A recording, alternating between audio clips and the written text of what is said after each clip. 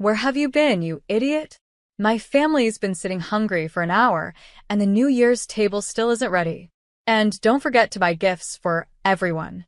That was my sister, Rachel, screaming into the phone like every December 31st.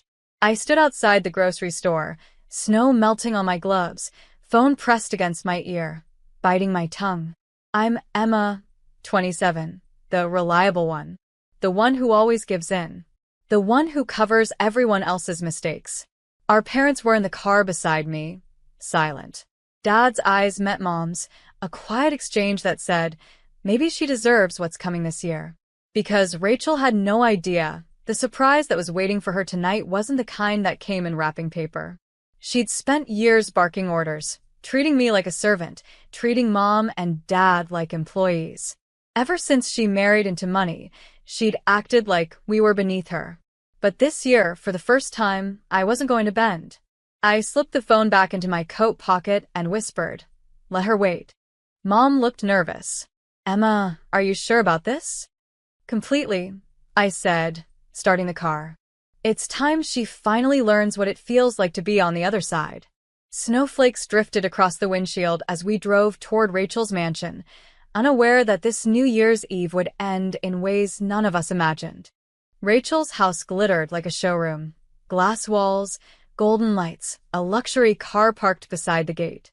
I'd seen it 100 times, but tonight it looked hollow. Beautiful but cold. We parked quietly.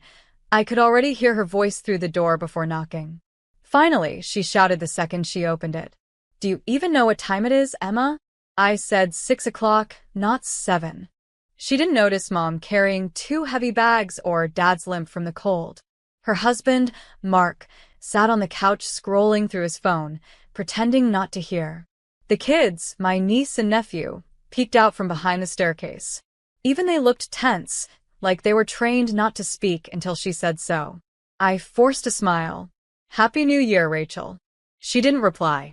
Put the groceries in the kitchen. I've been doing everything myself while you. She stopped when she saw Mom set down her purse. You brought them? I told you, I only invited you. That's when Dad finally spoke. Calm but firm. Rachel, tonight isn't just your celebration. She frowned. What's that supposed to mean? I walked past her, toward the dining room. The table was set, crystal glasses, silver forks, but something was missing. I took out a small box from my bag and placed it at the center of the table. Rachel crossed her arms. What is this now? I looked straight at her and said quietly, your real New Year's gift. And for the first time, she didn't have a comeback. Rachel's eyes narrowed as she stared at the small silver box sitting in front of her champagne glass. What's in it? She snapped. Some kind of joke? I didn't answer right away. I wanted her to feel the silence, something she never allowed in this house. Her husband looked up from his phone for the first time, uneasy. Mom sat down, folding her hands in her lap. Dad just watched, quiet but resolute. Open it, I said softly. Rachel sighed dramatically, the way she used to when we were kids, and she thought I was being too sentimental. She flipped open the lid. Inside were photographs. Her confident smirk faltered. They were pictures from our old apartment, the one-bedroom place we grew up in before she married Mark. Mom at her sewing machine, Dad fixing the heater. Me and Rachel on the floor, eating noodles on paper plates, laughing.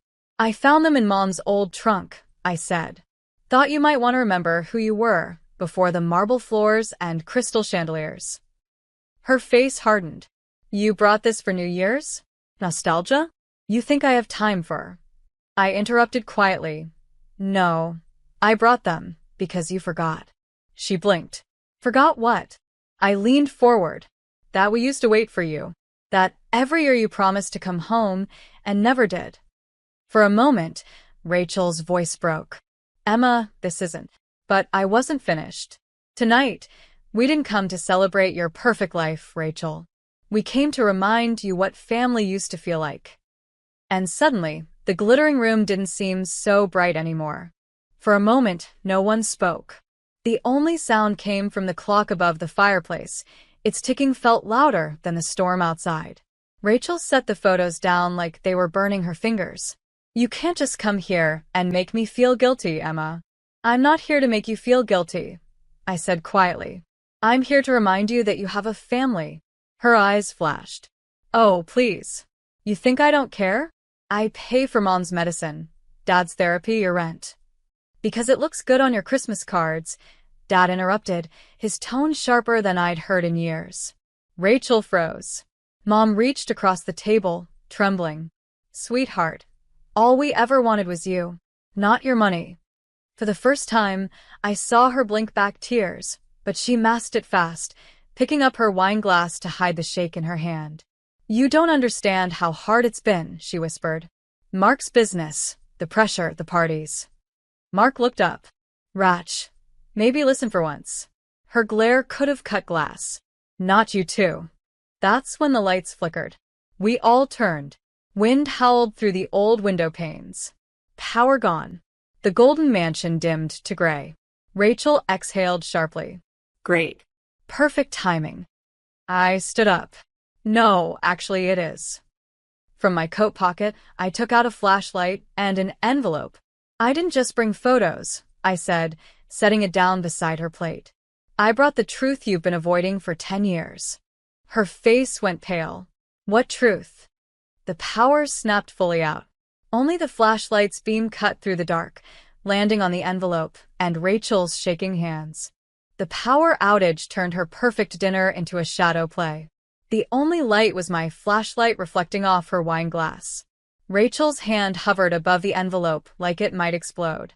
What is this supposed to be? She asked, voice brittle. Read it, I said.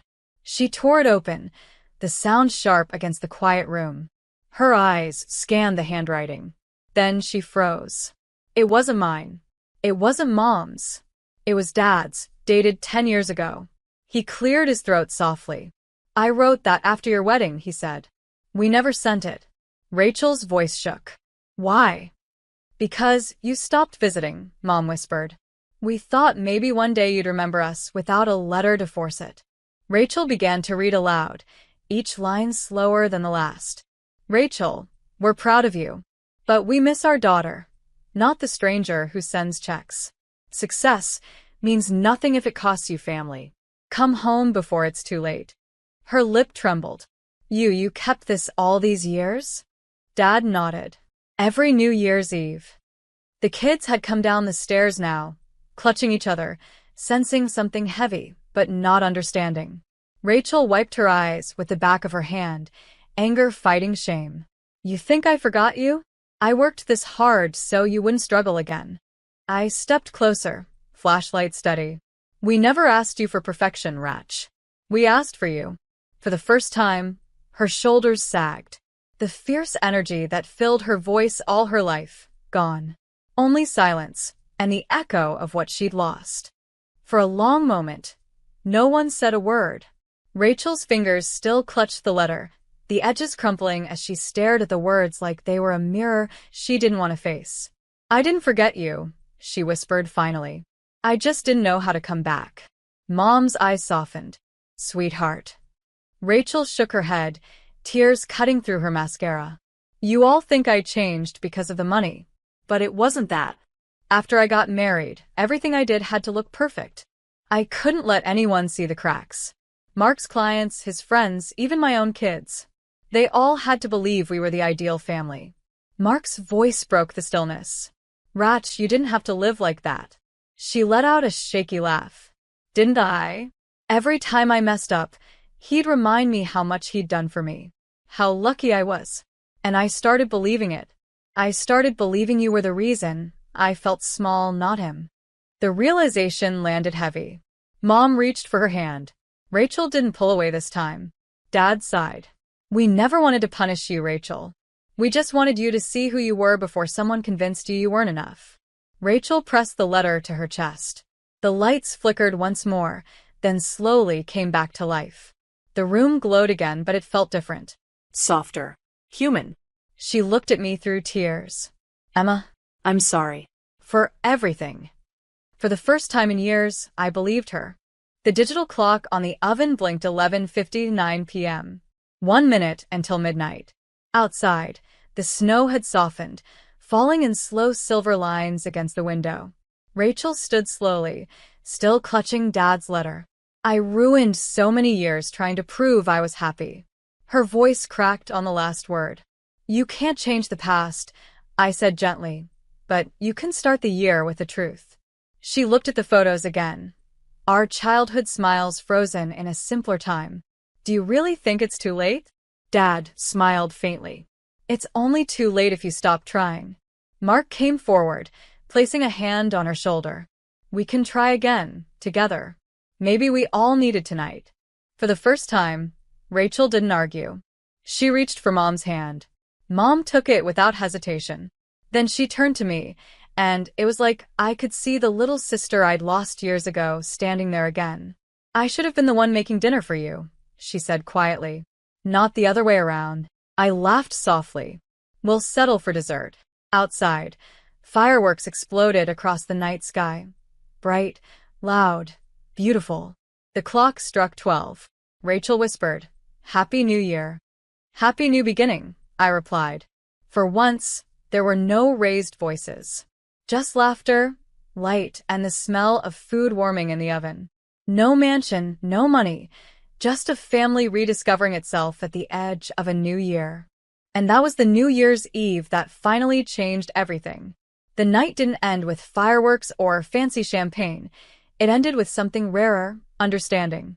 We sat together past midnight, eating reheated pasta, sharing stories from the years we'd all silently pretended didn't exist. The mansion didn't feel like Rachel's anymore. It felt like ours, a family's again. I watched my sister laugh, really laugh, the way she hadn't since we were kids. For once, her voice didn't command. It connected. Her kids curled up beside her. Mom hummed an old tune, and Dad leaned back in his chair, eyes soft with quiet relief. When I finally stepped outside for air, snow still drifted down, peaceful and clean. I realized something important. Sometimes the biggest gift you can give someone isn't forgiveness, it's a mirror. Let them see who they've become and who they used to be. We spend so much of life chasing approval, titles, money, image, forgetting the people who'd still love us if we lost everything.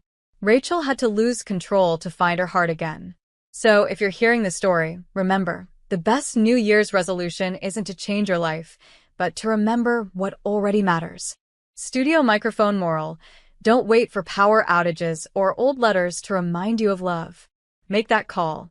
Apologize first. Go home. If this true story touched you, share it with someone who needs to hear it. Stay kind. Stay grateful. And never forget, the brightest light always starts in the dark. Crescent Moon.